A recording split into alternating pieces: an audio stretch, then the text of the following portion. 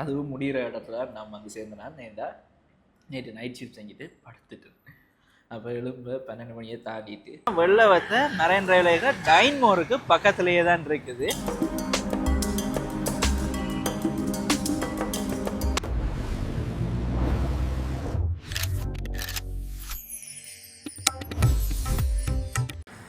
எல்லாருக்கும் வணக்கம், welcome back to Sharan லாஸ். இப்போ நான் எங்கே நிற்கிறேன்னு சொன்னீங்கன்னா வெள்ளவத்தையில் மரைன் டிரைவில் இருக்கிற லாலா கஃபே.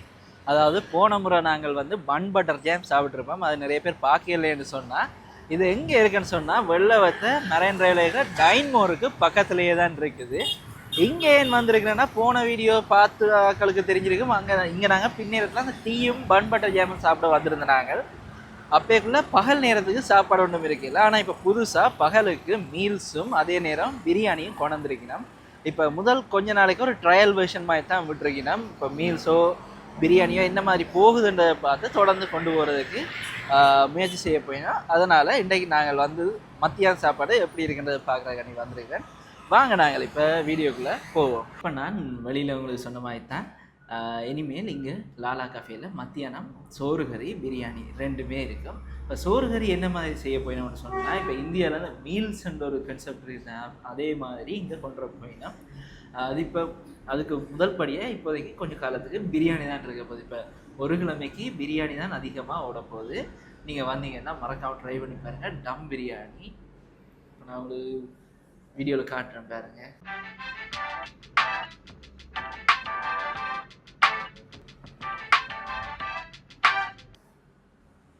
அது இப்போ நாங்கள் சாப்பிட்டுட்டு எப்படி இருக்குது பிரியாணின்றதை பார்ப்போம். இப்போ கனகாலமாக இந்த கடை பின்னேரத்தில் மட்டுமே இயங்கி கொண்டு வந்தது. இனிமேல் மத்தியான சாப்பாடு நீங்கள் எடுத்துக்கொள்ளலாம்.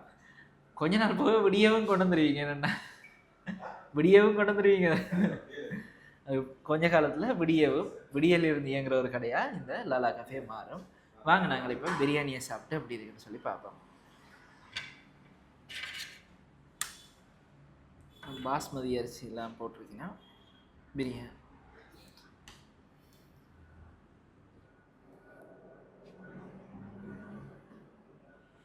தம் பிரியாணி. வாங்க நாங்கள் செக் பண்ணுவோம். இப்போ ஒரு லெக் பீஸும் முட்டையும் வந்திருக்கு. அதோட சோறுக்குள்ளேயும் பிரியாணிக்குள்ளேயும் இந்த சிக்கன் பீஸுகள் கொஞ்சம் கொஞ்சமாக இருக்குது. முதல்ல தனியாக பிரியாணி எப்படி இருக்குன்னு சொல்லி பார்ப்போம்.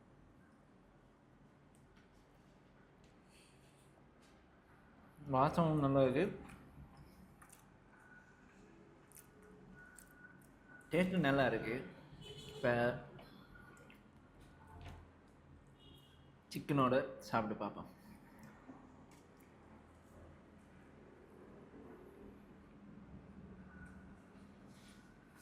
இப்போ இந்தியன் கடையில் இருக்கிற மாதிரி அதே மாதிரி ஒரு மசாலா வாசமும் சரி, அந்த இந்த ஃப்ளேவரும் சரி இந்தியாவில் சாப்பிட்ற மாதிரியே இருக்குது.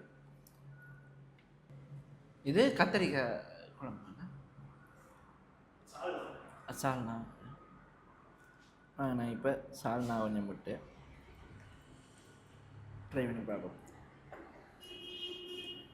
இந்தியாவில் என்னென்னா அந்த கத்தரிக்காய் தான் கூட போடுவாங்க. கத்தரிக்காயும் கத்தரிக்காய் தொக்கு.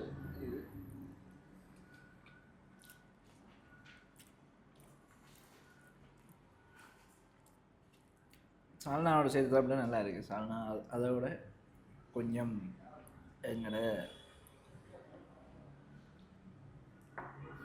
தயிர் பச்சடி இதையும் போடுவோம்.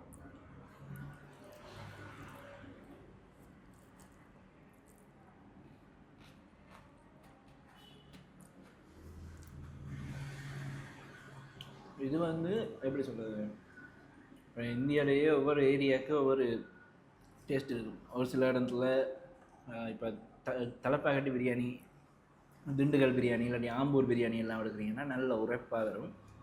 அதே ஹைதராபாத் சைட் போகையில் இந்த தம் பிரியாணியே சொல்கிறேன், நல்ல உரைப்பாக இருக்கும். அதே இன்னும் சில கடைகளில் இந்த உரைப்பு கொஞ்சம் அளவாக இருக்கும். இந்த புகாரி அதில் உரைப்பு குறைவாக இந்த பாஸ்மதியில் போடுவிடும். தலைப்பாக்கட்டி அதில் என்னத்தில் செய்யணும்டா இந்த சீரக சம்பா பிரியாணி, அங்கே சீரக சம்பா அரிசி, இங்கே நாங்கள் அதிகமாக பாவிக்கிறது கீரி சம்பா தான்.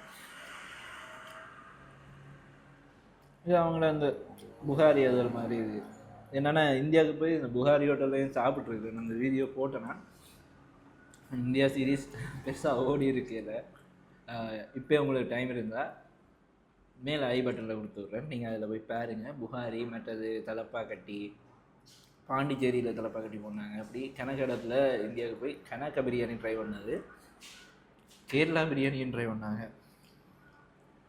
ஒவ்வொரு பிரியாணி ஒவ்வொரு டேஸ்ட் அப்படி நல்லா இருக்குது. இறைச்சி பாருங்க இங்கே நல்லா வெந்து பீஸ் உங்களுக்கு காட்டுறேன். நல்லா அவிஞ்சு உங்களுக்கு நல்ல ஜூஸியாகவும் இருக்குது. பிரியாணி எப்போவும் அந்த சூடாக சாப்பிடக்குள்ள ஒரு நல்ல டேஸ்ட் வரும். அந்த அரோமாவும் நல்லா இருக்கும். சூடாக சாப்பிடக்குள்ள எல்லாமே நல்லா இருக்கும்.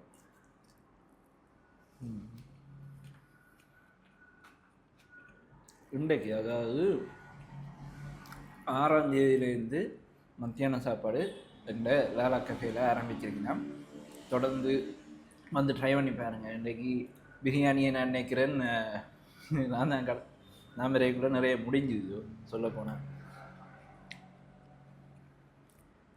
இப்போ இதே மாதிரி உங்களுக்கும் ஏதாவது புதுசாக ஒரு கடை நீங்கள் தொடங்குறீங்க, அந்த சாப்பாடு எப்படி ட்ரை பண்ணி நாங்கள் வீடியோ போடணும்னு சொன்னால் வாட்ஸ்அப் டீட்டெயில்ஸ் இந்த யூடியூப் தளத்தில் இருக்குது, நீங்கள் எங்களை டிரெக்டாக கண்டெக்ட் பண்ணலாம்.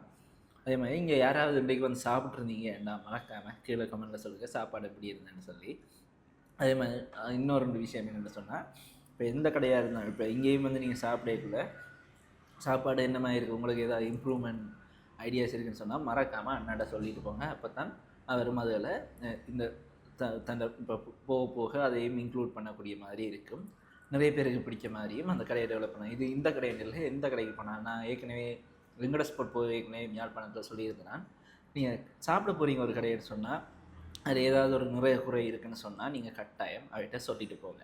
அப்போ தான் அவையும் அதை டெவலப் பண்ணுறதுக்கு அவைக்கும் உதவியாக இருக்கும். அதே மாதிரி உங்களுக்கும் உங்களோட டேஸ்ட்டுக்கு ஏற்ற மாதிரி சாப்பாடு தொடர்ந்து எடுக்கிறதுக்கு நல்ல ஒரு கடையை ஃபிக்ஸ் பண்ணுற மாதிரியும் இருக்குது. வாங்க நாங்கள் சாப்பிட முடிஞ்சிட்டு வீட்டை போவோம். இன்றைக்கி பிரியாணி மட்டும்தான் முடிஞ்சினது, மீல்ஸ் எல்லாம் முடிஞ்சுது. நானும் என் ஃப்ரெண்டும் மத்தியானம் மீல்ஸும் எடுத்து பிரியாணி மட்டும் தான் வந்தேன். மீல்ஸ் கொஞ்சமாக தான் வந்தேன், பிரியாணி தான் நல்ல ஓட்டம் ஓடிட்டுது. அதுவும் முடிகிற இடத்துல நம்ம அங்கே சேர்ந்தேன். நேற்று நைட் ஷிஃப்ட் செஞ்சுட்டு படுத்துட்டு அப்போ எழும்ப 12 மணியை தாண்டிட்டு வந்து சேரவும் 2 மணி ஆகிட்டு. நீங்கள் மறக்காமல் வெள்ளனை வந்து சாப்பிட்டு சாப்பாடு எப்படி இருக்குன்றத கீழே கமெண்ட்டில் சொல்லுங்கள். நான் இனி உங்களை அடுத்த வீடியோவில் சந்திக்கிறேன். நன்றி, வணக்கம். மறக்காமல் சேனலை சப்ஸ்கிரைப் பண்ணி விட்ருங்க, சரியான ஹெல்ப்பாக இருக்கும் எனக்கு. பாய். விஷயம் மட்டும் சொல்ல மறந்துட்டேன், பிரியாணியின் விலை 1000 ரூபா தான். பிரியாணியில் மீல்ஸின் விலை இன்னும் மெனு வந்த உடனே தங்களோட சோஷியல் மீடியா பிளாட்ஃபார்ம்லேயும் எல்லா இடத்துலையும் ஷேர் பண்ணி விடுகிறோம். மறக்காமல் வந்து ட்ரை பண்ணி பாருங்கள்.